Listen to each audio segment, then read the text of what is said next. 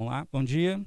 Vamos dar início aos nossos trabalhos da manhã, tá? Hoje, com muito prazer, a gente recebe aqui a professora Laura Paulucci Marinho. A professora Laura é da Universidade Federal do ABC. Tá? Aí, pegando aqui um resuminho rápido do currículo dela, ela possui graduação em bacharelado em Física pela Universidade de São Paulo, em 2003, e doutorado em Ciências pelo Instituto de Física de São Paulo, de 2008. Tá? Ela foi pós-doutora também no Instituto de Geociências e Atmosféricas da Universidade de São Paulo. E a professora Laura atua como professora lá na Universidade Federal do ABC, e a professora Laura também foi membro do CPG do mestrado, e ela por, acho que 3 ou 4 anos, pelo menos no período que eu estive à frente da coordenação, ela foi também a coordenadora do nosso polo aqui, coordenadora nacional do nosso polo, tá, e membro do CPG. Então ela tem uma experiência também no mestrado profissional, nacional, profissional em ensino de física, e ela também participa de uma colaboração internacional que ela vai falar um pouquinho hoje, que é o DUNE, que é exatamente o título da apresentação dela, que é a detecção de neutrinos no experimento DUNE. Tá? Professor, eu agradeço pela sua disponibilidade de estar aqui, tá? Então você está com a palavra, fica à vontade. Muito obrigada, Jardel. Gostaria de agradecer a organização do evento pelo convite. Imenso prazer estar aqui. Como bem, Jardel, fui acompanhante aqui do polo. Durante o tempo que eu pude acompanhar em mais detalhes o trabalho desenvolvido aqui, eu ganhei um respeito e uma admiração muito grande por tudo que é realizado aqui no IFES. Então, realmente é um prazer estar de volta. E hoje eu vou falar um pouquinho sobre um dos assuntos, digamos, mais em voga no mundo da física de partículas, que é a física de neutrinos. Em particular, eu vou destacar a participação brasileira no experimento DUNE e como que nós estamos trabalhando para que esse experimento comece a entrar em operação no final dessa década. Bom, então, basicamente, eu vou começar a palestra falando um pouquinho sobre o que são os neutrinos, por que eles são tão interessantes, depois como nós detectamos neutrinos, que é um desafio, e depois um pouquinho do experimento DUNE, das contribuições brasileiras, e finalizarei, então, essa palestra. Bom, começando, aqui tem um resumo muito básico e rápido do modelo padrão de física de partículas, né? O modelo padrão é um modelo que descreve a física de partículas elementares e, basicamente, nós temos as partículas elementares divididas em quarks, leptons e as suas antipartículas mais os bósons. São 3 famílias que nós dividimos as partículas fundamentais. Né? Cada família tem 2 quarks e 2 leptons, um carregado e um neutro. Né? Então, além aqui do que tem nessa tabela, né, nós temos os bósons, que são as partículas que fazem a interação entre essas partículas que estão aqui em cima. E hoje, então, nós vamos concentrar nesse setor aqui leptônico de carga zero, que são os neutrinos. Bom, então os neutrinos, eles são a segunda partícula mais abundante no universo, só perdendo para os fótons. Para a gente ter uma ideia, por nós passam trilhões e trilhões de neutrinos por segundo em cada centímetro quadrado.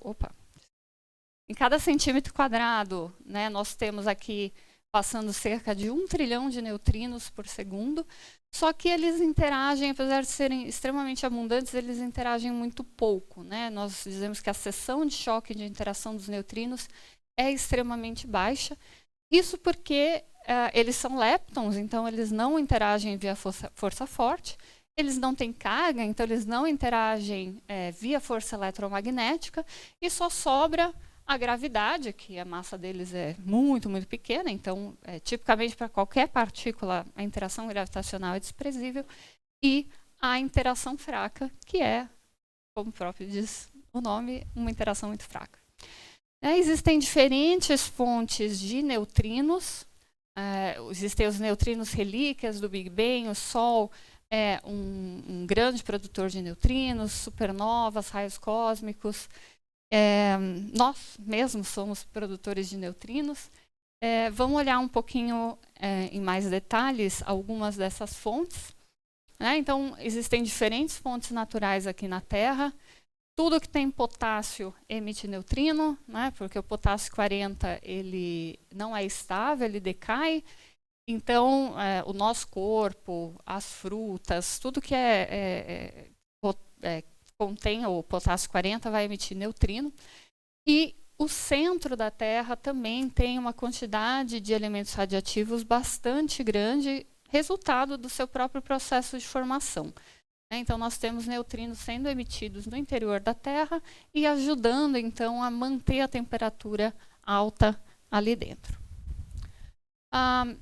Já partindo para as fontes não naturais, né, nós podemos usar como exemplo aqui os reatores nucleares. Então, de 10 a 100 bilhões de neutrinos por segundo são emitidos em plantas nucleares em torno do mundo inteiro. Né? Aqui nós temos, por exemplo, essa planta, o CHO e Angra, como emissores de neutrinos. O CHO ele é bastante importante dentro da física de neutrinos, porque nós temos um experimento colocado aqui bastante próximo dos reatores para medição de neutrinos de reatores. E Angra, nós temos também 2 experimentos brasileiros juntinhos, num container juntinhos aqui da parede de Angra 2, destinados ao estudo de neutrinos de mais baixa energia. Na atmosfera também nós temos produção de neutrinos, então existem partículas resultantes de explosões estelares perambulando pela Via Láctea. Quando elas chegam aqui no topo da atmosfera, elas acabam interagindo com algum núcleo na atmosfera e gerando uma série de partículas num evento que a gente chama de chuveiro atmosférico. Algumas dessas partículas são instáveis e elas irão decair posteriormente. Por exemplo, tem uma produção muito grande de pions, os pions vão decair em muons mais neutrino do muon, e depois o muon decai em elétron mais o neutrino do muon, antineutrino do muon. Então, esses neutrinos acabam chegando aqui na superfície terrestre e podem ser detectados também pelos nossos detectores. E o interessante é que, como a interação do neutrino é muito baixa, nós recebemos neutrinos atmosféricos tanto de cima quanto de baixo, neutrinos que interagem lá do outro lado do mundo e percorrem todo o interior da Terra até chegar nos nossos detectores. Além disso, o Sol é um grande produtor de neutrino. O interior do Sol realiza fusões nucleares de próton-próton para gerar hélio, e dentre essas fusões, alguns neutrinos são emitidos. Então, são vários processos, para a gente ter uma ideia, são 40 bilhões de neutrinos por segundo por centímetro quadrado que vem do Sol. São vários processos que ocorrem no interior do Sol. Né? Aqui, o processo mais provável de ocorrer, que a gente chama de cadeia próton-próton, em que lentamente 2 prótons se juntam em um deutério com a emissão de um neutrino, e depois o deutério também vai se juntar a um próton, formando hélio 3, e sucessivamente, por diferentes processos potenciais, a gente chega em hélio 4 como produto dessa reação. Né? Então, nós temos, para cada reação de fusão gerando hélio 4, nós temos 2 neutrinos do elétron emitidos. No Sol também ocorre em menor proporção o que a gente chama de ciclo CNO, no qual a produção de hélio é feita não sobre o próton, mas sobre elementos mais pesados. O Sol é uma estrela que a gente diz que tem alta metalicidade. Então, apesar da temperatura da massa do Sol ser relativamente pequena, esse processo é possível. E aí nós vemos que a gente acaba fazendo a mesma coisa, né, pegando 4 prótons no interior do Sol, transformando num hélio, só que agora por um processo um pouco mais diferente. Né? e utilizando esses elementos pesados como catalisadores. E aqui nós temos também emissão de neutrinos, a depender do tipo de reação que vai ocorrer. Então, quando a gente olha aqui, né, o espectro emitido em neutrinos do Sol, nós temos esse espectro que varia aqui numa faixa de energia que vai de 0,1 MeV até uns 12 MeVs, mais ou menos, e cada experimento que a gente já construiu tem condições de detectar uma faixa aí desse espectro. Por fim, falar um pouquinho de fontes extragalácticas que emitem os neutrinos de energia maior que a gente conhece, né? Então, aqui, por exemplo, a gente tem o centro dessa galáxia, NGC 4261, que possui um buraco negro supermassivo no seu interior, como até onde a gente sabe todas as galáxias têm. E esse buraco negro ele está ativo, ele está engolindo matéria do seu redor e emitindo, então, neutrinos de alta energia, mas, pelo fato dessas galáxias estarem muito distantes, esses neutrinos têm um fluxo na Terra muito pequeno, é difícil a gente detectar. Finalizando, a gente tem os neutrinos relíquia da época de formação do universo, da mesma forma que a gente tem a radiação cósmica de fundo, que são fótons, nós temos os neutrinos de fundo, só que eles têm uma densidade bastante alta, só que eles têm uma energia muito baixa, porque o universo já expandiu bastante desde que eles foram produzidos. Então, é um desafio tremendo detectar esse tipo de neutrinos. Só para a gente colocar uma notícia mais recente e bastante importante dentro do mundo da física de neutrinos, em 2017 foi detectado um neutrino vindo desse tipo de fonte extragaláctica no experimento IceCube, que é um experimento lá na Antártida, e esse neutrino era de ultra alta energia, com uma energia de 290 TeV. E o interessante é que foi possível identificar a direção desse neutrino, e esse neutrino ele apontava justamente para uma fonte, no caso um blazar, um buraco negro supermassivo em acreção, que estava no mesmo período emitindo fortemente na região dos raios gama. Então, aqui a gente tem um exemplo do que a gente chama de astronomia multimensageiro, na qual nós observamos fontes em diferentes tipos de emissão. Opa, eu voltei. Então, aqui nós vemos o fluxo de cada um desses tipos de neutrino como função da energia. E como eu disse aqui, os neutrinos cosmológicos, eles são o que tem o fluxo maior, mas eles têm uma energia muito, muito pequenininha. Então, pelo menos até agora, a gente não descobriu nenhuma forma de detectar esse tipo de neutrino. Mas daqui para frente, a gente consegue sim detectar os neutrinos por diferentes técnicas, e a gente vai falar um pouquinho melhor de como fazer isso.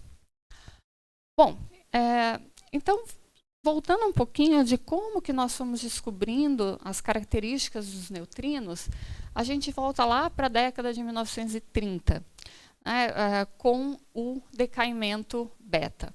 Então, o decaimento beta é um processo do tipo um elemento radioativo, ele decai em um outro elemento e emite um elétron. Então, na época, no final do século XIX, começo do século XX, essa era a reação que a gente acreditava que acontecia. Simplesmente, por exemplo, carbono 14 decai no nitrogênio 14 e emite um elétron. E era possível medir a energia com a qual esse elétron era emitido. A predição, se essa fosse a reação, seria esta energia aqui que está em vermelho. Mas o que se observava era um espectro contínuo na emissão de neutrinos provenientes dessa reação, ao invés de uma energia fixa para todo mundo. Então, existiam duas possibilidades. de que esse processo não conservava energia, o que, né, dentro do mundo da física é uma heresia, ou que tivesse mais alguma partícula que a gente não estava conseguindo medir, que pudesse, então, fazer o balanço de energia.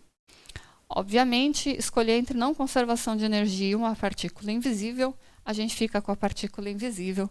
Então, foi proposto que uma nova partícula deveria estar sendo emitida, essa partícula deveria ter carga nula, né, porque ela não estava sendo detectada.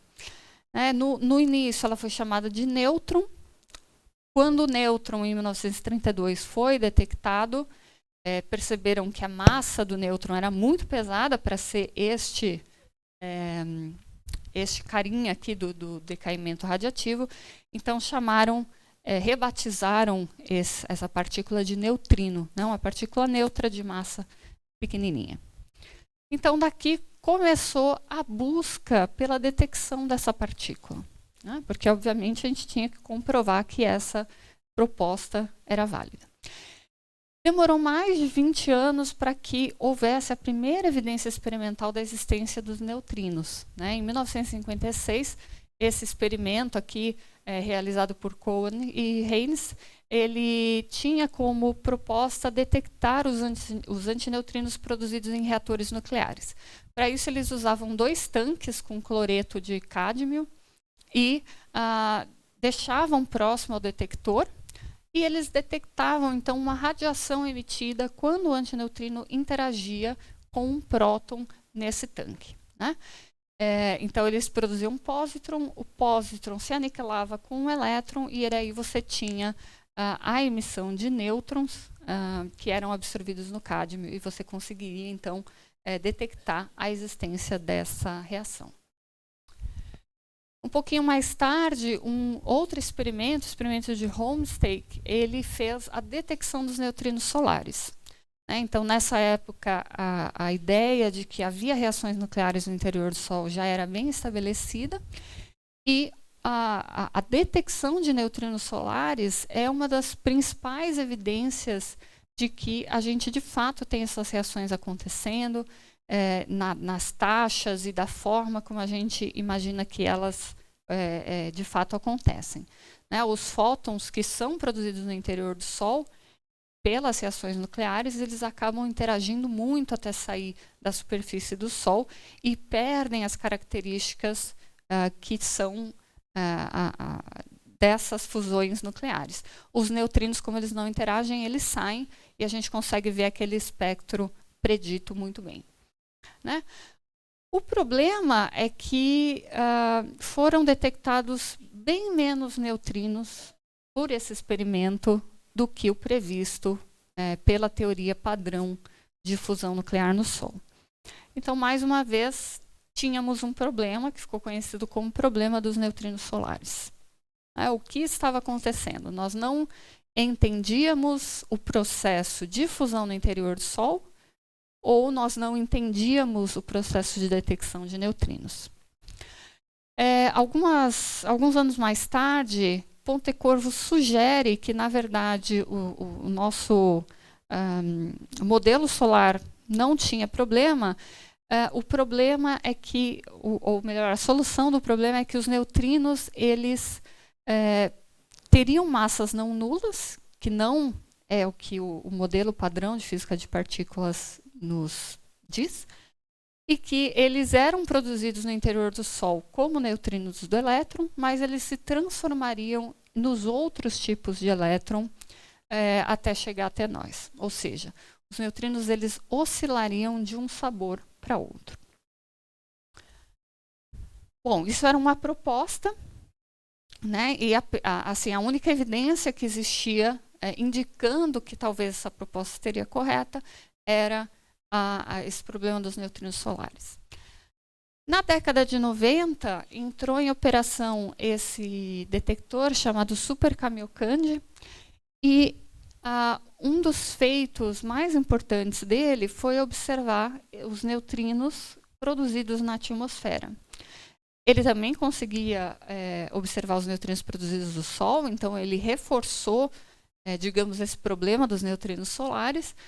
Mas, como ele também via os neutrinos atmosféricos, e eu disse que os neutrinos atmosféricos vêm tanto de cima quanto de baixo, né, era possível verificar se a diferença de caminho percorrido entre os neutrinos que vinham de cima e os neutrinos que vinham de baixo causava algum efeito no número de neutrinos observado.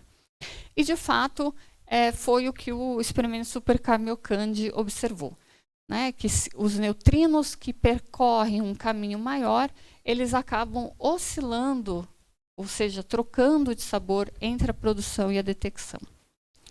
Também na década de 90, esse experimento SNO também reforçou, né, observou a oscilação dos neutrinos produzidos no Sol. Né, ele passou a detectar não somente um dos tipos de neutrinos, mas os 3 tipos de neutrinos, e aí, somando os 3 sabores de neutrinos, deu exatamente o que a gente esperava das reações nucleares solares. Então, na década de 90, ficou estabelecido que o fenômeno de oscilação dos neutrinos existe. Bom, os neutrinos, eles, então, para oscilarem, eles precisam ter massas. Só que, quando a gente olha nas massas das outras partículas, nós vemos que os neutrinos, eles têm massas muito, muito menores do que as demais partículas. Pelo menos 9 ordens de grandeza mais leve do que as partículas que constituem a matéria. Então, é provável que o mecanismo que provê massa para essas partículas seja diferente do mecanismo que provê massa para os neutrinos.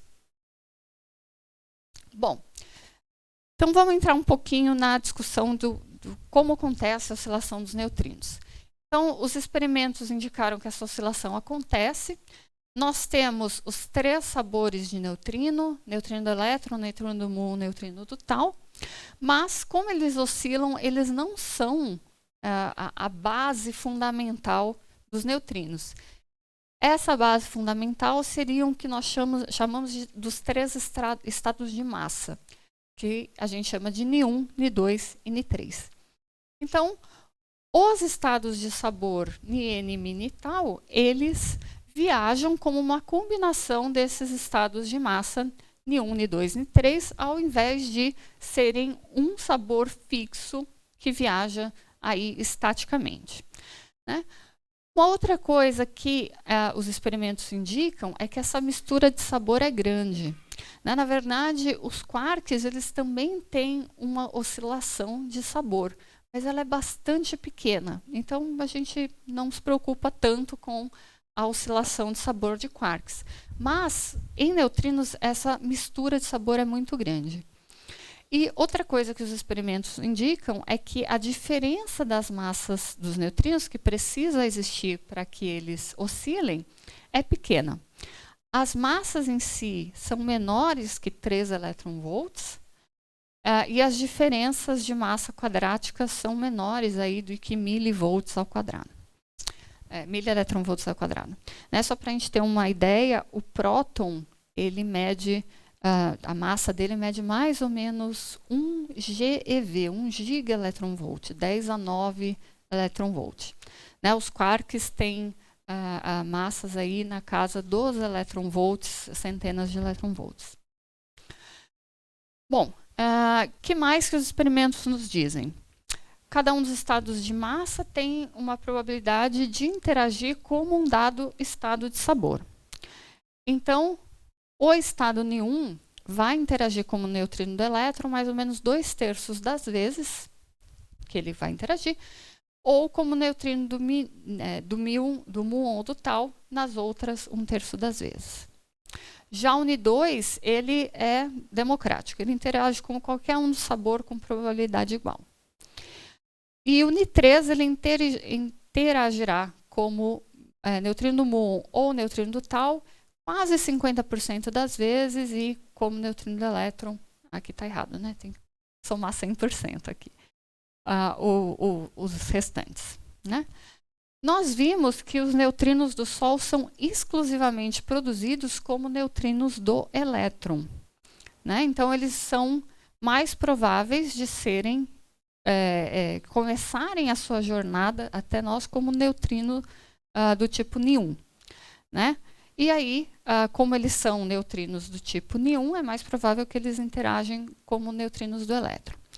Só que conforme os neutrinos eles começam a sair da região onde eles foram produzidos no interior solar, eles vão ganhar uma espécie de massa efetiva devido aos elétrons que estão ali no interior do Sol, nas camadas mais externas, né? E essa interação vai tipicamente mudar o estado desses neutrinos de Ni1 para Ni2, que interagem de maneira igual como os 3 sabores de neutrinos, né? E é de fato o que a gente observa, né? Apenas 1/3 dos neutrinos de elétrons produzidos no Sol são observados como neutrinos de elétron. Os demais, 1/3 como neutrino Mu, 1/3 como neutrino do Tau, né? Isso indica para a gente que Ni1 e Ni2 têm massas bastante próximas, sendo que Ni1 é um pouquinho mais pesado do que o Ni2, né? Essa diferença sendo menor aí do que 1 parte em 10.000. Então, olhando para os experimentos de neutrinos solares, nós sabemos que Ni1 é mais leve que Ni2. A gente sabe ordenar esses 2 neutrinos. Para eu tentar fazer o mesmo tipo de análise com o neutrino Ni3, eu preciso olhar para os neutrinos atmosféricos.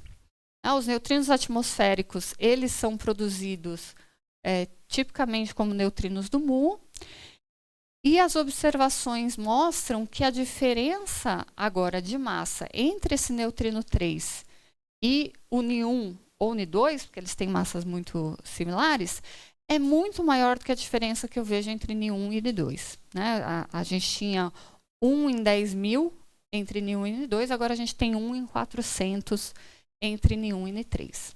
Né? Então, a massa do neutrino 3 é muito diferente da massa do neutrino 1 e do neutrino 2. Só que a gente não sabe quem é o mais pesado. A gente não sabe se... Bom, a gente sabe que o Ni2 é mais pesado que o Ni1 e o Ni3. Ele é mais pesado que o Ni2 ou ele é menos pesado que o Ni2? Então, esse aqui é o problema de ordenamento de massa dos neutrinos, na qual a gente diz que a gente tem um ordenamento normal se for subindo a massa Ni1, Ni2, Ni3 e invertido se for Ni3, Ni1 e Ni2. Né? Então, uma das grandes questões hoje em dia na física de neutrinos é quem é o neutrino mais pesado. Uma forma da gente responder isso é olhar para neutrinos com energia bem conhecida e comparar o efeito de oscilação no vácuo e na matéria. Né? Dependendo de como, se a probabilidade de oscilação aumenta ou diminui, a gente vai ter uma indicação se a hierarquia é do tipo normal ou invertida. Então, existem muitas questões em aberto em física de neutrinos e muitas formas de responder essas questões. Para cada questão que eu tenho, eu preciso, de certa forma, de um experimento diferente para responder. Os experimentos de neutrinos eles podem ser divididos essencialmente em 3 categorias. O primeiro é a categoria do decaimento duplo beta sem neutrinos, né? Ou seja, eu ter 2 decaimentos beta sequenciais que deveriam emitir 2 neutrinos em sequência. E a ideia de estudar esse decaimento duplo beta é perguntar se os neutrinos são sua própria antipartícula. Existe essa possibilidade de que o neutrino seja o antineutrino também. E aí, se você tem um decaimento duplo beta sem emissão de neutrino, significa que o neutrino encontrou o seu antineutrino e se aniquilou. E uma outra questão potencialmente a ser respondida por esse tipo de experimento é qual é a massa dos neutrinos, né? Em termos absolutos e não diferenças de massa. Nós temos também o chamado programa de short baseline, que é a distância entre a produção do neutrino e a detecção dele curta, que visa responder se há mais do que 3 tipos de neutrinos, né? Os neutrinos de sabor que a gente observou. E o programa chamado de Long Baseline, na qual você detecta o neutrino muito longe da região onde ele foi produzido, para ver justamente esses efeitos de oscilação.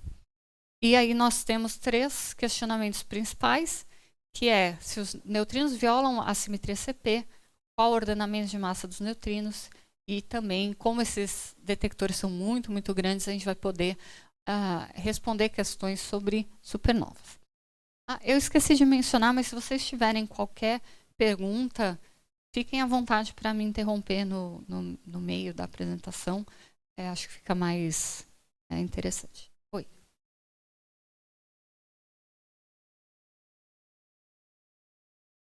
A gente já vai falar um pouquinho mais sobre violação de simetria CP, mas é o que a gente chama de carga-paridade. Ela está relacionada a se as partículas e as antipartículas interagem de maneiras similares ou não. Né? Isso pode ser bastante interessante aqui. Daqui a pouco a gente vai falar um pouquinho mais. Bom, então como é que nós detectamos neutrinos? Como eu disse, eles são pouco interagentes. As seções de choque são muito, muito pequenas, da ordem de 10 a menos 38 centímetros quadrados. Então, em circunstâncias normais, são partículas que passam por nós assim, e não interagem. Para a gente ter uma ideia, a gente tem bilhões de neutrinos passando por segundo pela gente. 1 ou 2 neutrinos vão interagir com vocês ao longo da vida de vocês. Né? Então, como a seção de choque é muito pequena, a gente precisa de detectores enormes e quanto maior o fluxo de neutrinos, melhor. Né? Só que, como o neutrino ele não tem carga, a gente nunca, de fato, observa o neutrino. A gente observa a reação, né, o produto da reação do neutrino. Então, por exemplo, se a gente tiver um neutrino interagindo com um nêutron, esse nêutron vai se transformar num próton e vai haver a emissão do elétron. E, em geral, é esse elétron que a gente vai detectar. Né? Então, pode ser o elétron, pode ser o muon, pode ser o tau. Eles têm carga e esse é o que a gente vai detectar. Então, lembrando, a gente tem 3 sabores de neutrino: neutrino do elétron, neutrino do muon, neutrino do tau. E o que a gente observa é que quando a gente faz experimentos a curta distância, esses que a gente chama de short baseline, tudo parece normal. Né? Nós criamos, por exemplo, um neutrino do muon e a gente detecta um neutrino do muon. Ok. Quando a gente aumenta a distância, é que as coisas começam a ficar diferentes. Né? Então, por exemplo, a gente pode começar com um neutrino do muon e, de repente, detectar um neutrino do elétron. Né? Então, existem 2 tipos de reação que podem ocorrer, as que a gente chama de reação de corrente carregada, nas quais o neutrino vai efetuar uma troca de carga elétrica da partícula que está lá envolvida, ou reações que a gente chama de corrente neutra, na qual o neutrino ele vai sofrer uma interação elástica. Né? Então, nesse tipo de reação, a gente consegue detectar o lepton carregado associado. Nesse tipo de reação, a gente vai ter que detectar a energia de recuo da partícula com a qual o neutrino interagiu. Né? E o mais importante é que os neutrinos eles oscilam de sabor, mas se eu tenho um neutrino do muon, a partícula que tem que estar junto aí dessa interação é o muon. Neutrino do elétron com elétron, neutrino do tau com tau. Eu nunca vou poder ter uma reação do tipo que emite um neutrino do muon e uma partícula tau, né? Porque isso viola o número leptônico e a gente não observa esse tipo de coisa. Então, mais uma vez aqui, esse tipo de reação é permitida, esse tipo de reação não é permitida. Então, a gente tem o chamado número leptônico, que a gente associa mais 1 para partícula, menos 1 para antipartículas. A gente tem um número leptônico do elétron, um número leptônico do muon, um número leptônico do tau. E nas interações, esse número leptônico é conservado. Durante o voo, né, dos neutrinos, durante a propagação dos neutrinos, não é conservado. A gente tem a oscilação de um sabor para outro. Então, mais uma vez, lembrando, o neutrino não tem carga, a gente nunca vê o próprio neutrino, né? A gente vê os produtos de interação, né? E, mais uma vez, na corrente carregada, a gente tem a produção do lepton, que vão tipicamente dar assinaturas bastante diferentes no nosso detector, para a gente conseguir distinguir se eu estou vendo um elétron, um muon ou um tau, para descobrir qual foi o sabor do neutrino que interagiu. Né? Na interação de corrente neutra, aí eu não tenho como saber se foi o neutrino do elétron, do muon ou do tau, porque eu só vejo uma energia de recuo no núcleo com o qual o neutrino interagiu. Então, só para colocar aqui as potenciais interações que a gente mede, né? A gente pode medir a interação do neutrino com o elétron ou do neutrino com o núcleo ou com o nucleon, que são os constituintes do núcleo, próton e nêutron, e vai depender se eu vou interagir, se o neutrino vai interagir com o núcleo como um todo ou não, da energia. Então, em baixas energias, os neutrinos eles podem interagir com os elétrons atômicos e o núcleo como um todo. Em energias um pouco maiores, eles vão interagir com os nucleons constituintes do núcleo. Em energias mais altas, eles podem, inclusive, quebrar o núcleo, gerando aí várias partículas consequentemente. Bom, como é que a gente descreve os neutrinos, então, esse processo de oscilação? Então, a mecânica quântica, a gente vai escrever, por exemplo, um sabor de neutrino como a combinação linear dos altos sabores de massa. E vão ser, então, os neutrinos eles vão se propagar como superposições coerentes desses neutrinos de massa, sendo os coeficientes determinados pela probabilidade dele interagir como Ni1, Ni2 ou Ni3. Então, para grandes distâncias, o que vai acontecer é que vai ter interferência nessa propagação e eu posso começar com um neutrino de um sabor e terminar com um neutrino de um sabor diferente. Um pouquinho de álgebra vai prover a probabilidade de oscilação desses neutrinos. Então, o que a gente vê aqui nesse gráfico é um gráfico, se eu começo com o neutrino do elétron, qual é a probabilidade de eu detectar o neutrino do elétron ou o neutrino do muon depois de uma certa distância percorrida. Desculpa, eu começo... não, tá certo, não começo com o neutrino do elétron. Então, obviamente, é aquilo que eu havia comentado. Pequenas distâncias, tudo normal. Gerei um neutrino do elétron, detecto um neutrino do elétron. Mas conforme a distância vai aumentando, eu vejo que existem mínimos e máximos locais, a depender da distância percorrida, para que eu detecte ou o neutrino do elétron ou o neutrino do muon. Então, quando os cientistas eles vão programar um experimento para estudar as oscilações, eles precisam ter em mente esse tipo de padrão oscilatório. E, obviamente, tentar pegar um máximo ou um mínimo aqui dessas oscilações para maximizar a probabilidade de entender esse processo de oscilação. E essa probabilidade de oscilação depende de algumas coisas. Então, depende desse ângulo θ, que é o chamado ângulo de mistura, que vai justamente dar a amplitude dessas oscilações. E depende também da distância L, mas depende da energia do neutrino. Então, para cada energia de neutrino, a gente vai ter um gráfico de probabilidade como função de L um pouquinho diferente. Então, esses gráficos eles costumam ser feitos como função de L dividido E. E também depende da diferença de massa ao quadrado desses neutrinos. E a forma como depende dessa diferença de massa, né, indica que, como as massas são muito pequenas, o comprimento dessas oscilações é muito longo. Né? Então, a gente precisa realizar experimentos que gerem um neutrino em um lugar e detectam um neutrino bastante distante para observar os efeitos dessas oscilações.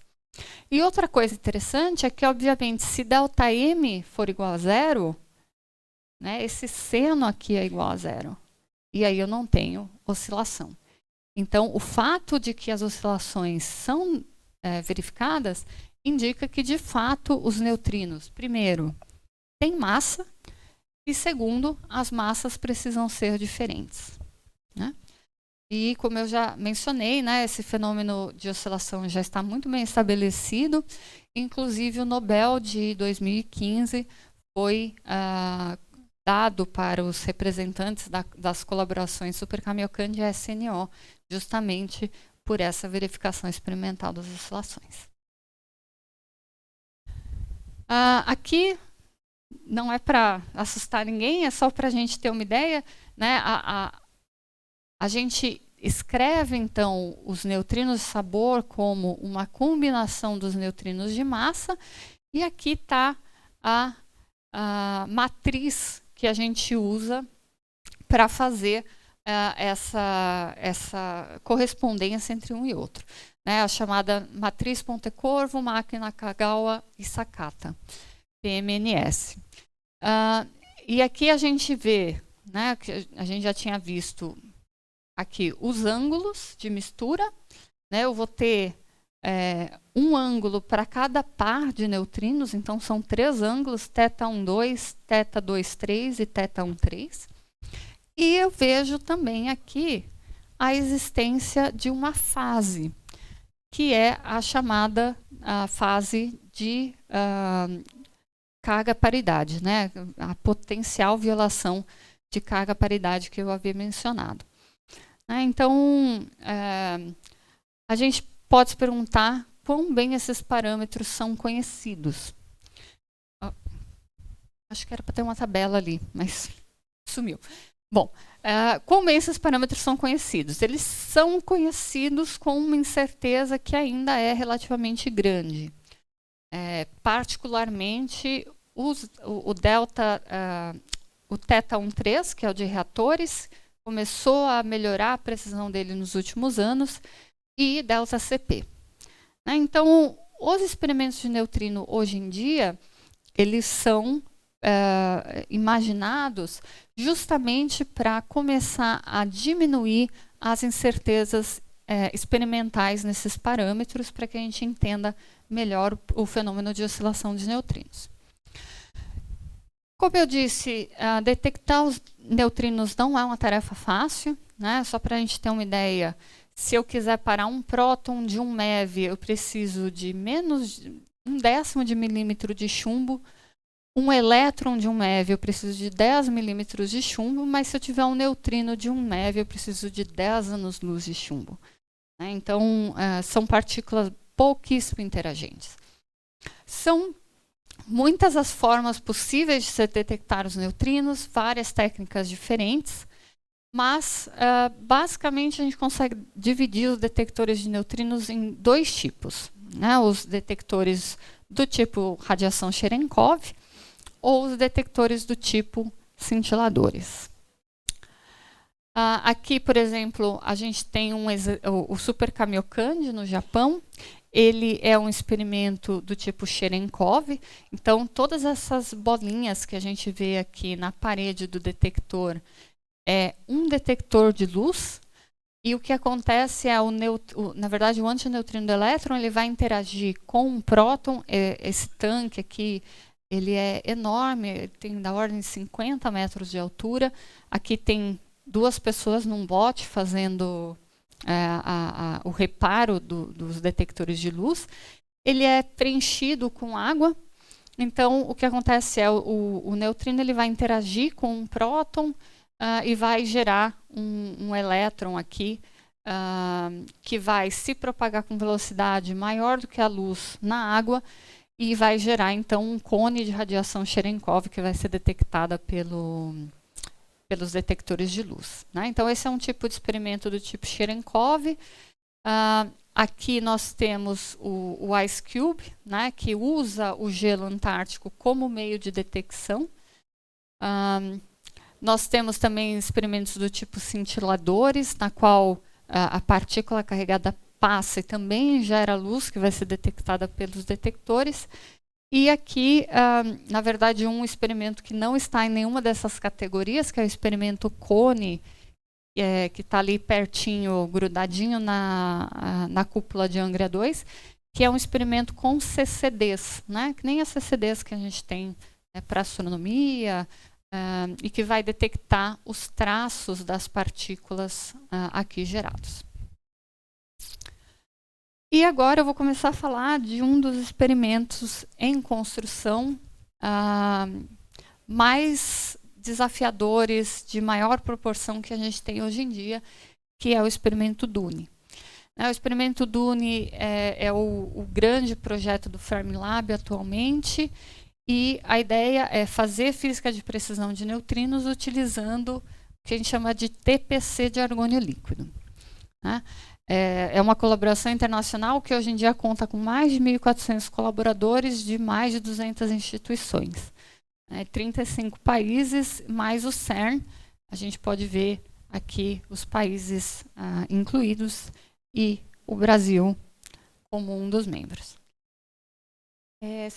Pode colocar. Então vamos ver um vídeo rápido aqui da proposta do experimento. This is Fermilab, a Department of Energy national laboratory near Chicago. It's the starting place for the Deep Underground Neutrino Experiment, DUNE, powered by the Long Baseline Neutrino Facility, LBNF. The experiment begins with Fermilab's accelerator complex, which moves protons close to the speed of light. It's all part of an effort by more than 1,000 scientists from around the world to figure out how tiny particles called neutrinos work, and what role they play in the evolution of our universe. Neutrinos are the most abundant matter particles in the cosmos, but very hard to catch. Trillions stream through you every second without leaving a trace. At LBNF, the beam of protons will smash into a target, creating the most intense beam of neutrinos in the world. Scientists will collect data to measure properties of neutrinos close to the source and again far away. Neutrinos change as they travel, so scientists are sending them straight through 1,300 kilometers of rock toward the DUNE detectors at the Sanford Underground Research Facility in South Dakota. The detectors can also look for the birth of neutron stars and black holes by catching neutrinos from exploding stars. The 1.5 kilometer deep detectors will be filled with 70,000 tons of liquid argon, making them the largest neutrino detectors in the world. As neutrinos interact with the cold liquid, they create a shower of other particles and light. Those particle tracks are then picked up by electronics and transmitted as data to the surface. The information will be analyzed by scientists at collaborating institutions in countries around the world. They'll use this data to solve unanswered questions about neutrinos, and maybe even figure out why matter exists. Things like planets, stars, and even you.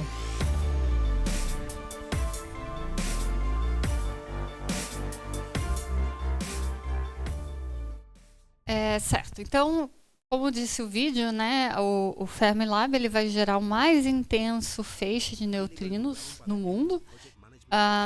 Haverá um detector aqui subterrâneo gigante na Dakota do Sul, nos Estados Unidos. O Fermilab ele fica próximo a Chicago, nos Estados Unidos.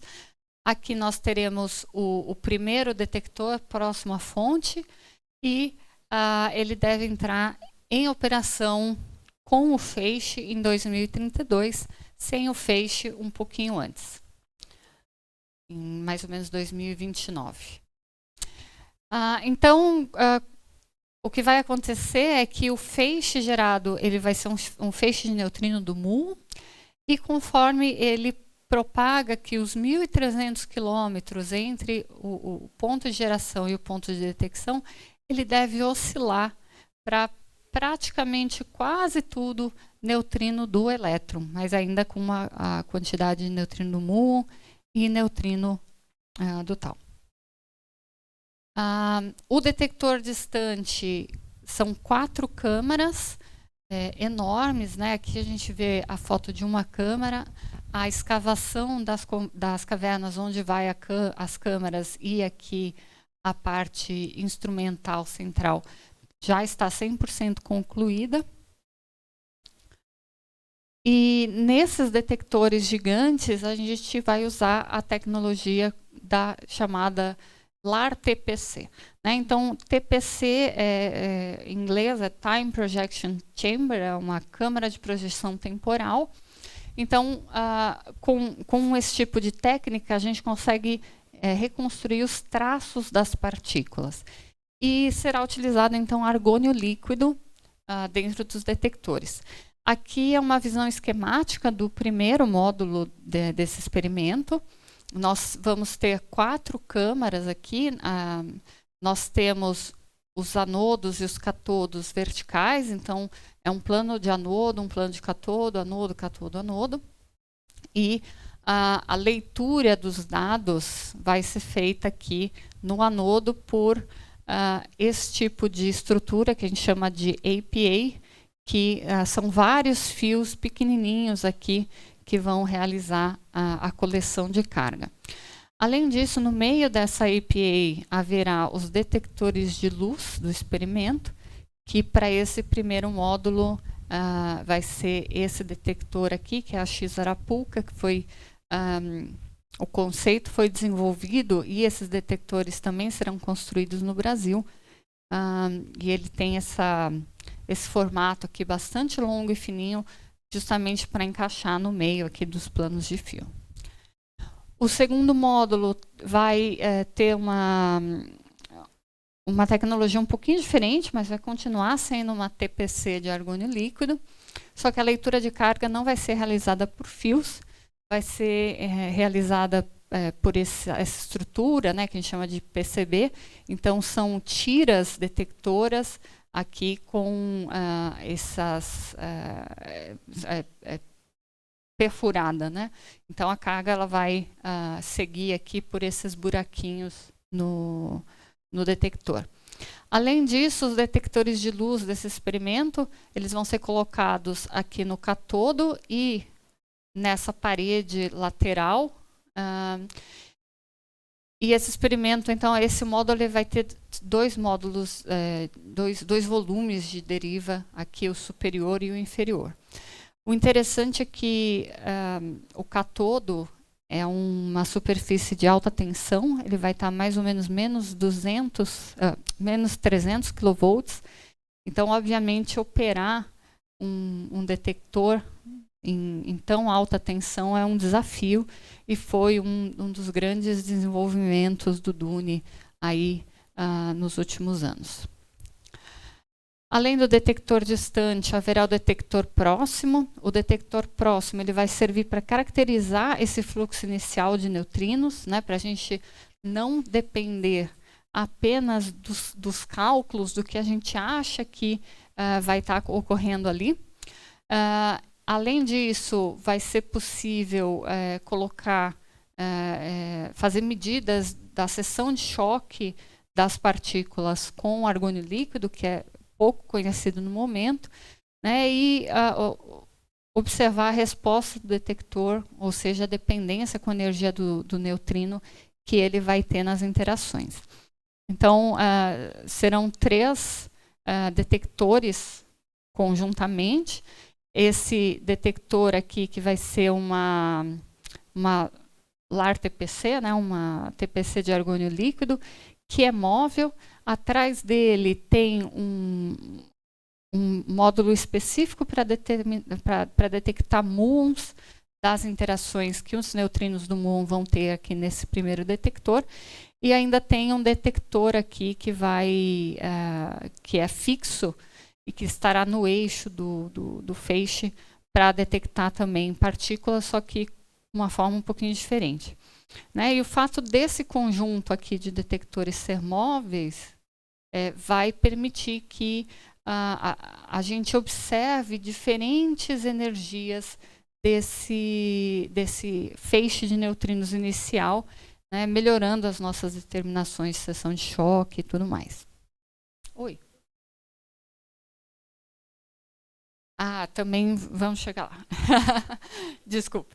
Na verdade, talvez eu devesse ter invertido um pouco a ordem, desculpem. E como é que a gente gera um feixe de neutrinos, né?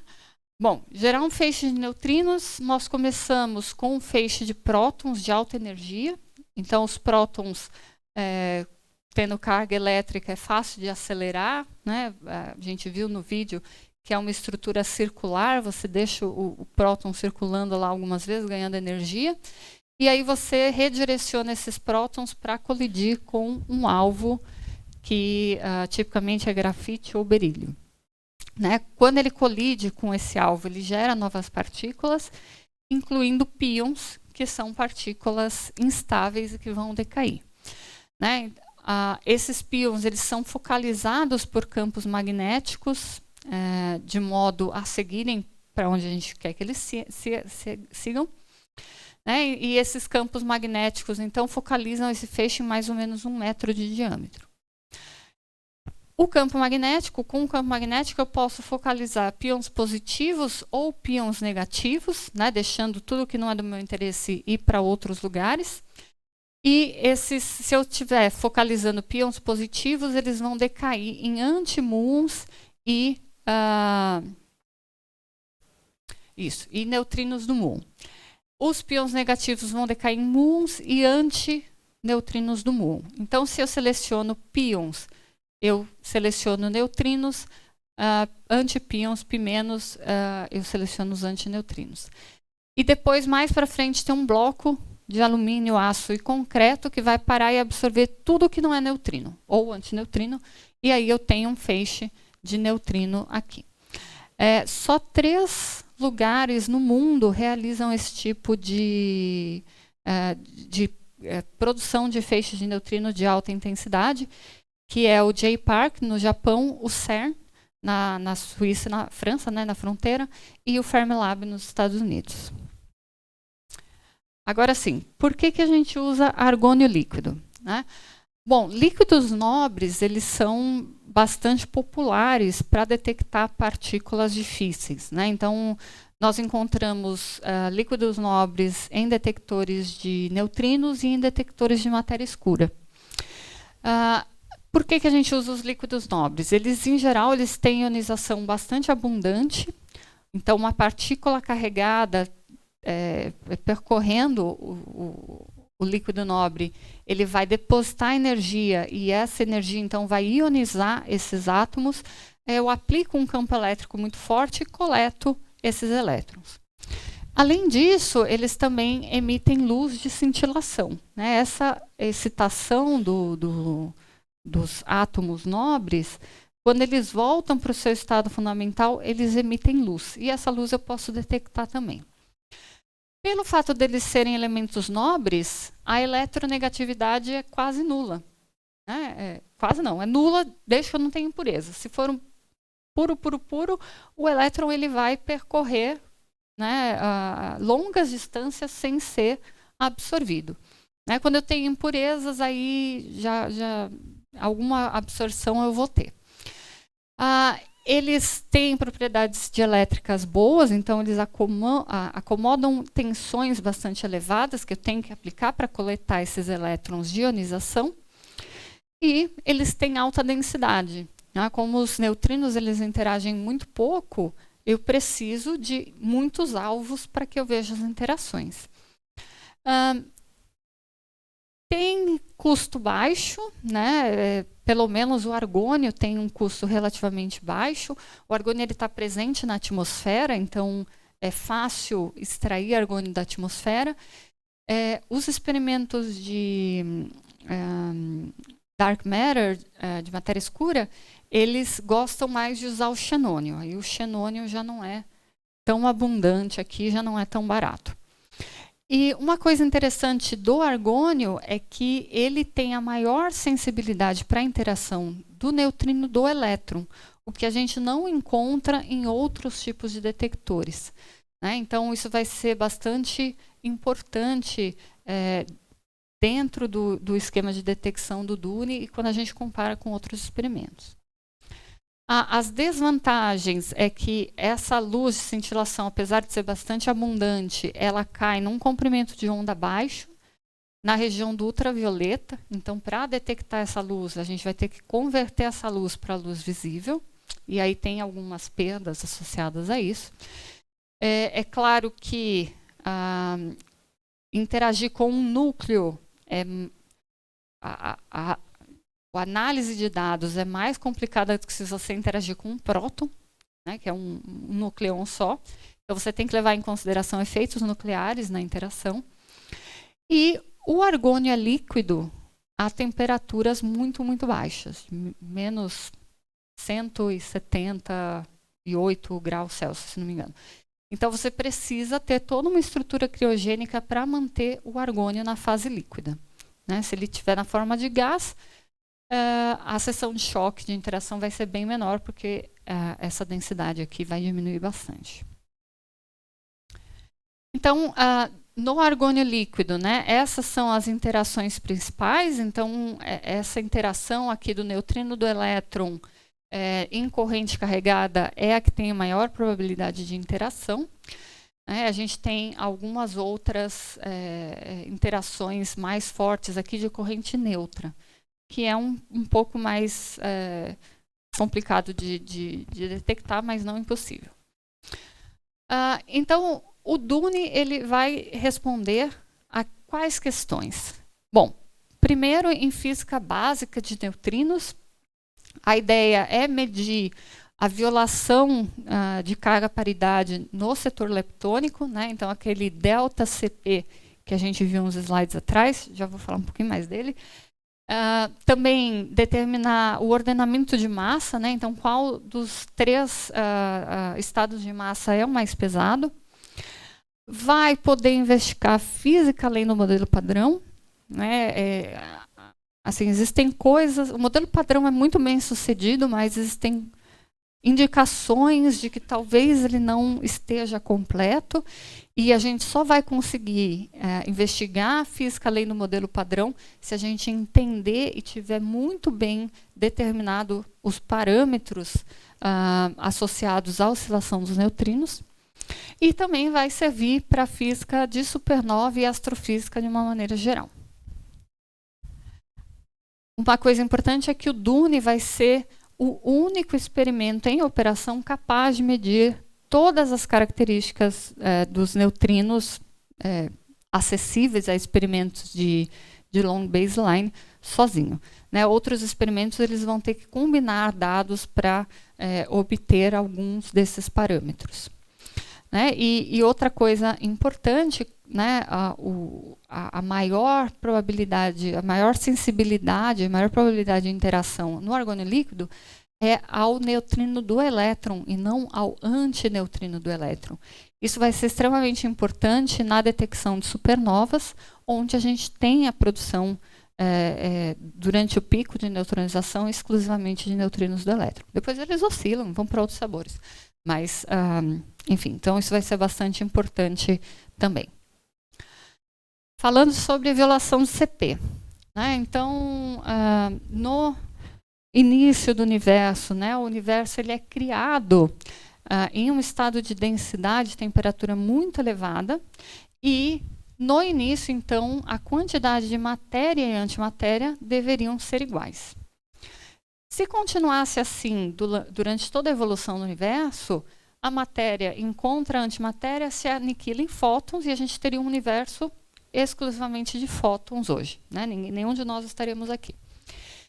Então, como nós estamos aqui, alguma coisa aconteceu e quebrou esse balanço entre matéria e antimatéria, né? Então, algum tipo de assimetria fez com que para cada 1 bilhão de partículas tivesse ou 1 bilhão de antipartículas tivesse 1 bilhão e uma partícula, de modo que uma a cada 1 bilhão de partículas acaba sobrevivendo. Pode parecer um número muito, muito pequeno, mas tendo em vista que esse número deveria ser 0, é um número enorme. Isso só é possível se a gente tem algum processo que viola essa chamada simetria carga-paridade. Ou seja, algum processo que faz com que a interação das partículas seja ligeiramente diferente da interação das antipartículas. Como eu disse, a gente tem oscilação de sabores nos quarks, né? A gente tem alguns hadrons que já são conhecidos que violam simetria CP, mas não em quantidade suficiente para explicar o que a gente observa hoje no universo. Hoje em dia, os neutrinos são a principal aposta do porquê nós temos um universo de matéria hoje. Né? Então, maior aposta de que a gente tem uma violação de simetria CP forte no setor leptônico.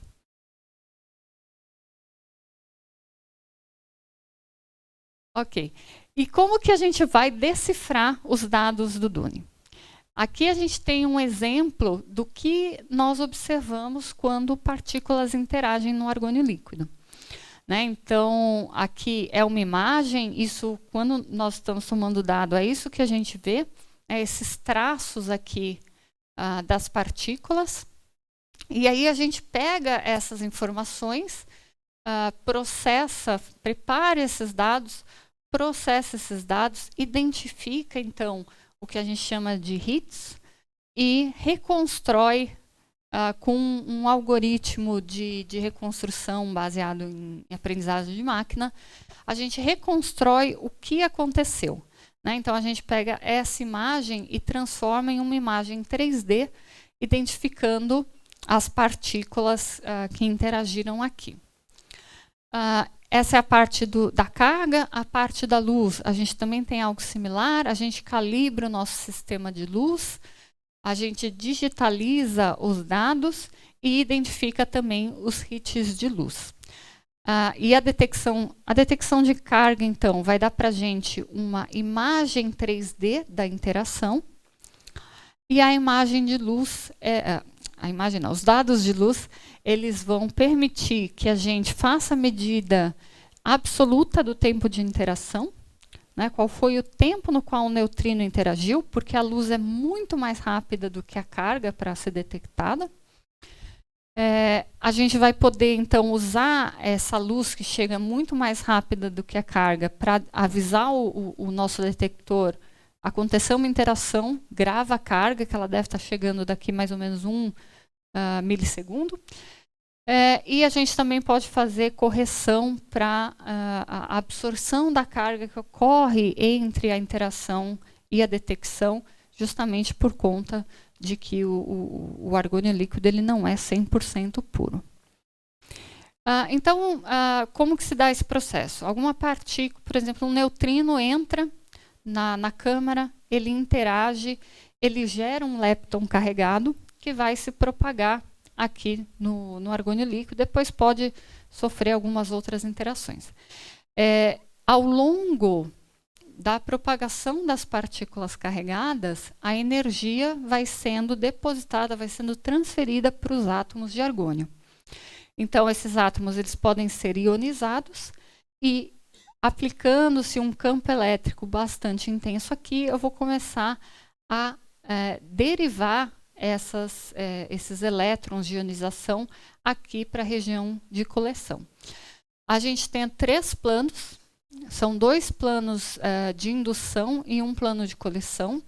Então, para cada conjunto parzinho aqui, eu tenho uma imagem. Infelizmente, isso aqui era um GIF que o PDF não faz, né? Mas eu vou ter 2 imagens aqui, uma para cada conjunto de planos, que eu vou depois reconstruir em 3 dimensões.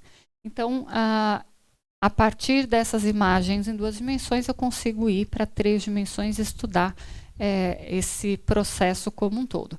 E eu vou conseguir, então, não só a trajetória das partículas, como eu vou conseguir identificar que tipo de partículas são, pelo tipo de interação aqui que elas provêm, e qual foi a energia dessas partículas para tentar reconstruir a energia do neutrino.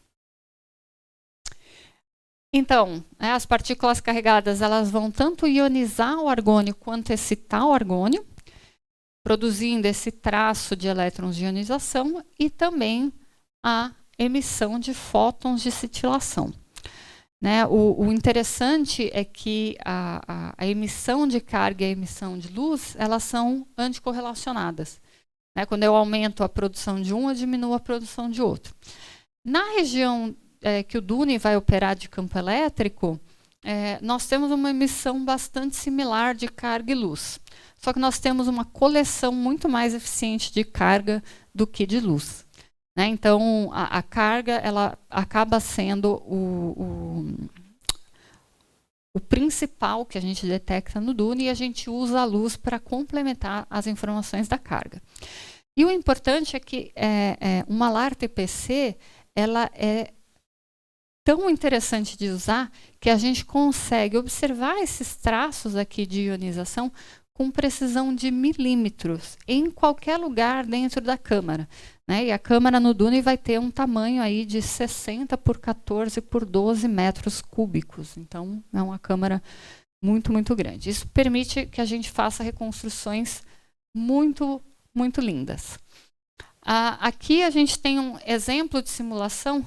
Eu acho que não dá para ver, infelizmente, o traço, mas mostrando que, de fato, a gente tem assinaturas muito diferentes entre, por exemplo, a propagação de um elétron e a propagação de um muon em argônio líquido. Então, aqui nós temos uma interação simulada, né, porque o Dune ainda não está pronto, de um neutrino do elétron que interage com o argônio, gerando um elétron e uma sequência de prótons e nêutrons. Mas aqui o importante é que, nessa interação em particular, o elétron levou praticamente toda a energia do neutrino do elétron. E o que a gente vê aqui é o que a gente chama de chuveiro eletrônico. Então, a gente vê um traço grosso aqui que começa a, digamos, abrir conforme ele vai se propagando, com vários traços secundários. A cor, ela indica a região onde há mais deposição de energia. Então, quanto mais vermelhinho, mais deposição de energia ao longo do traço essa partícula realizou. E, infelizmente, aqui a gente não consegue ver, mas... obrigada, melhorou. Né? Aqui a gente tem a interação de um neutrino do muon gerando um muon. Então, aqui, se vocês se esforçarem bem, tem um traço, que é o próton. Então, ele é mais vermelhinho, porque o próton ele deposita energia muito rapidamente no argônio líquido. E aqui a gente tem o muon. Né? E o muon, ele percorre uma extensão muito, muito grande, sem ter nenhum tipo de interação diferente, né, dentro da câmara. Até no finalzinho em que ele decai em um elétron de baixíssima energia. Então, ele vai perdendo energia ao longo da propagação. Então, idealmente, essas seriam os dois tipos de interação que a gente gostaria de ver. Né? Muito diferente, o muon, um traço muito limpo e comprido, e o elétron, um chuveiro eletrônico. Nem sempre é o que a gente consegue, né? Às vezes as interações são mais complicadas, como eu disse, a interação é com um núcleo, então essas interações elas podem gerar um número de partículas secundárias muito grandes, e às vezes os nossos algoritmos de reconstrução confundem um pouco um evento de neutrino muon com elétron e assim por diante. Mas, tipicamente, a gente consegue identificar as partículas bastante bem. Aqui também sumiu uma imagem, mas tudo bem. Um dos objetivos do Dune também é determinar o ordenamento de massa. Então, aqui era um exemplo de como o ordenamento de massa impacta o número de eventos que a gente deve observar no detector distante. Então, aqui é a detecção de neutrino do elétron para ordenamento normal e para ordenamento invertido. Então, nós vemos uma diferença que é facilmente estabelecida entre os dois. E aqui sumiu a imagem da supernova, mas se o DUNE detectar uma supernova, se a gente tiver sorte de ter uma supernova aí durante o período de operação do DUNE, a gente vai conseguir determinar o ordenamento de massa do sinal de supernova também. O DUNE é a primeira vez que uma LAR-TPC vai ser construída com essas proporções. Então, obviamente, tem que ter todo um desenvolvimento tecnológico para que isso seja possível. E, para isso, então, foram criados 2 protótipos lá no CERN, que a gente diz são os pequenos grandes protótipos, porque essas já são as maiores LAR-TPCs construídas no mundo. Né? Então, aqui em 2015 começou a construção do que é chamada plataforma Neutrino no CERN, e aqui ela já finalizada em 2018. E nós temos 2 protótipos, então, que são os 2 protodunes. E esses protótipos, então, são 2 caixas com essas dimensões, mais ou menos 7 por 6 por 7. Isso é mais ou menos 1% de um módulo do DUNE, mas já são as maiores LAR-TPCs construídas, só para a gente ter uma ideia aqui do tamanho, né? E o objetivo, então, dos protodunes é justamente desenvolver e testar toda a tecnologia que vai ser aplicada aí nos detectores distantes. Incluindo, então, avaliar os riscos de engenharia e como mitigar esses riscos, os processos de produção dos componentes que vão entrar nos módulos do detector distante e a validação desses componentes, e também a parte de física, realizar calibração e reconstrução. Né? Como eu disse, infelizmente, no momento, seção de choque de partículas no argônio são pouco medidas. Né? Então, o protodune tem servido para isso também. A primeira tomada de dados foi realizada em 2018 e a segunda tomada de dados está sendo realizada agora e continuará no ano que vem, uma para cada detector. Então, eu esqueci de mencionar, mas este detector é o detector que testa a tecnologia do segundo módulo do DUNE e esse aqui do primeiro módulo do DUNE. Então, esse é o que está tomando dados nesse momento. Esse aqui deve começar a tomada de dados em novembro. E qual é a contribuição do Brasil no DUNE? Nós temos o líder do consórcio que faz a detecção de fótons, professor Ettore Segreto, da Unicamp. Os detectores de luz do primeiro módulo vão ser construídos aqui no Lab Leptons, na Unicamp. E alguns componentes dos detectores de luz do segundo módulo também serão produzidos aqui no Lab Lepton da Unicamp. Então, todo o desenvolvimento da tecnologia dos detectores de luz são chamados de arapuca, porque a ideia é que a luz entre e não consiga sair de uma caixinha até ser detectada, foi feita no Brasil, particularmente em Campinas, com a parte de simulação para melhoria da detecção desse detector, realizada no ITA e na UFABC. Uma grande contribuição do Brasil ao DUNE será na criogenia. Então, aqui nós temos o sistema de criogenia dos 2 primeiros módulos. A maior parte será fornecida pelos Estados Unidos, mas nós temos aqui o setor de purificação e regeneração do argônio, que será fornecido também por companhias brasileiras sob a liderança da Unicamp. E o interessante é que um dos grandes problemas que a gente tem de contaminação no argônio líquido é o nitrogênio. Né? A gente tira argônio líquido do ar, vem um monte de nitrogênio junto. Vem um monte de oxigênio também, mas oxigênio a gente consegue filtrar. E o nitrogênio em princípio, não existia nenhuma forma de ser filtrada. Pesquisadores da Unicamp acabaram de desenvolver uma forma de filtrar nitrogênio. Esse sistema está em teste e está dando excelentes resultados também. Então, um dos principais absorvedores, tanto da carga de ionização quanto da luz de cintilação, provavelmente a gente vai conseguir manejar melhor também. O Brasil tem contribuído por buscas de física no modelo padrão também, ou seja, analisar, né, as probabilidades de oscilação dentro do modelo padrão de oscilação de neutrinos e com alguma variação, pode ser com a existência de novas partículas, pode ser com existências de efeitos que a gente ainda não observou em outros experimentos. O Brasil contribui fortemente com simulação computacional.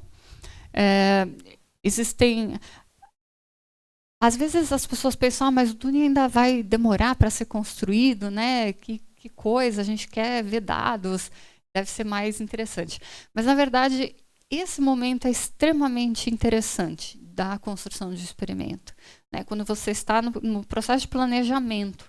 Então, simulações têm sido feitas para guiar o design, né, o desenho dos módulos na parte de detecção de luz, para otimizar essa detecção de luz para os experimentos. Também são feitas contribuições na simulação e reconstrução dos experimentos no Fire Detector, né? Aqui, para a gente ter uma ideia, às vezes o cenário que a gente tem é bastante desafiador. Os protodunes são experimentos de superfície, então eles têm uma quantidade de partículas atmosféricas cruzando o detector enorme. Então, o processo de reconstrução tem que ser muito bem fine-tuned para a gente conseguir identificar o processo que a gente gostaria de identificar. Como eu disse, todo o desenvolvimento do sistema Arapuca foi feito no Brasil, né? Então, aqui nós temos resultados de alguns testes para determinar a eficiência dos detectores. A eficiência dos detectores também foi feita, essa análise em 2018, lá no ProtoDune, o resultado que está aqui, e a gente conseguiu mostrar que, de fato, a gente tinha um aumento de uma ordem de grandeza em relação aos detectores que inicialmente, os detectores de luz que inicialmente estavam sendo programados para serem utilizados no DUNI. Também temos atuação em física de supernovas e neutrinos solares.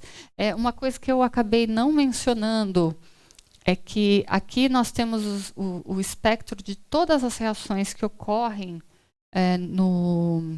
no Sol que geram neutrinos, e essa reação aqui, que é a chamada HEP, é a única que ainda não foi detectado neutrino experimentalmente.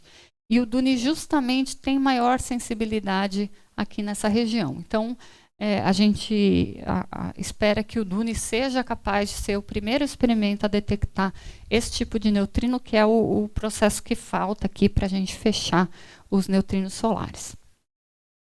Além disso, o Brasil tem contribuído com os protodunes na montagem do experimento. Então, aqui, no começo do ano passado, foram montados os detectores de fóton para o segundo protodune, e eles foram instalados também no detector. E, enfim, para finalizar, né, eu espero que vocês, depois dessa palestra, concordem comigo que neutrinos são extremamente interessantes. Eles são, digamos, a nova fronteira que a gente tem aí na física de partículas. O DUNI é um dos maiores experimentos de neutrino em construção, com um programa de física bastante amplo. Particularmente, o ordenamento de massa e violação de CP são buscas bastante importantes dentro do experimento, mas a gente também pode ter surpresas de física além do modelo padrão sendo detectadas aí no DUNI, e, se a gente der sorte, detectar também uma supernova. E o Brasil tem contribuído fortemente a esse esforço. Hoje ele é o terceiro maior contribuidor, país contribuidor do DUNE, e os esforços têm sido tanto em hardware, quanto software, quanto em análise de física. Então é isso, pessoal. Muito obrigada pela atenção.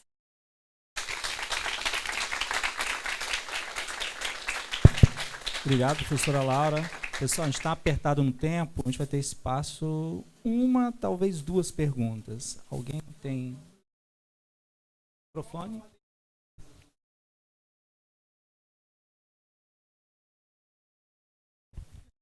Qual a ordem de grandeza do custo da construção desse experimento? É da casa de bilhões de dólares. Mais alguma pergunta rápida? Professora, eu sou o Lucas do curso de Física. Eu queria saber qual que seria a diferença entre o muon e o neutrino muon. Tem alguma diferença de propriedade? Sim, o muon ele é uma partícula carregada e bastante massiva, né? Então, ele está naquela primeira coluna ali da nossa tabela de partículas, né? O neutrino do muon, ele é uma partícula que não tem carga, tem massa muito, muito pequenininha. Então, assim, são partículas extremamente diferentes. Só que elas são criadas ou aniquiladas junto, né? Porque, como eu disse, precisa, em processos de criação e interação em geral, você precisa conservar um número leptônico. Então, o neutrino do muon sempre vai junto com o muon, o neutrino do elétron sempre vai junto com o elétron, o neutrino do tal sempre vai junto com o tal. Mas são partículas completamente diferentes.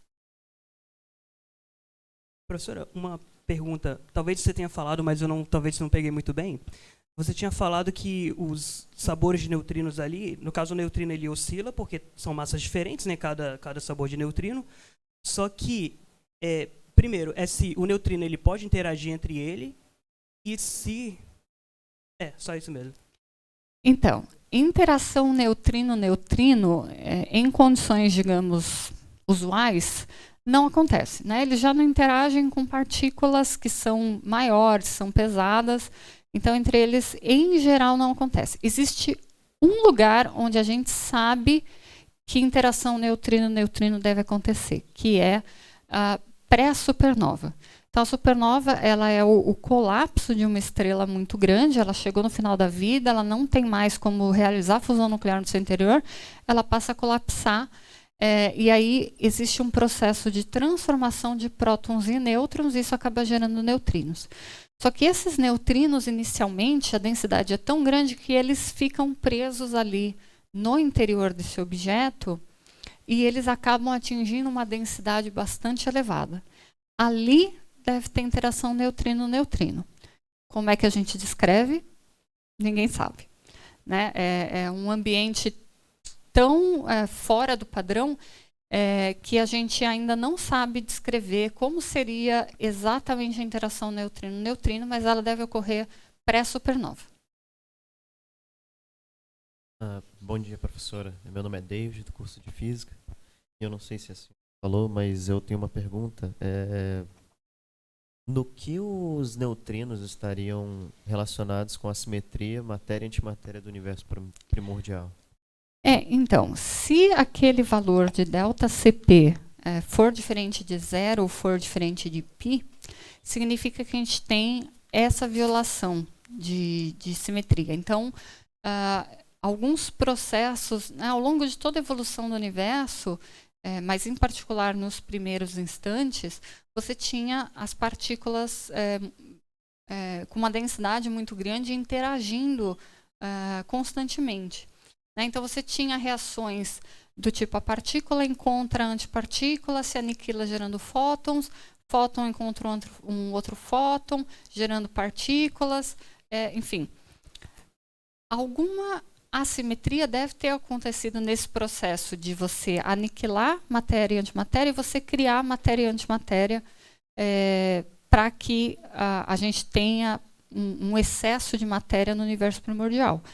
Então, obviamente, vários desses processos, dessas interações que ocorriam no universo primordial envolviam neutrinos e antineutrinos. Se existir uma diferença na taxa de interação dos neutrinos e antineutrinos, você vai ter uma diferença na taxa de produção de matéria e antimatéria. Né? Então, essa é a grande aposta, de que você tem uma violação de CP grande no setor leptônico que possa justificar essa assimetria que a gente vê no universo primordial. Obrigado, professor. Vamos agradecer mais uma vez, professor.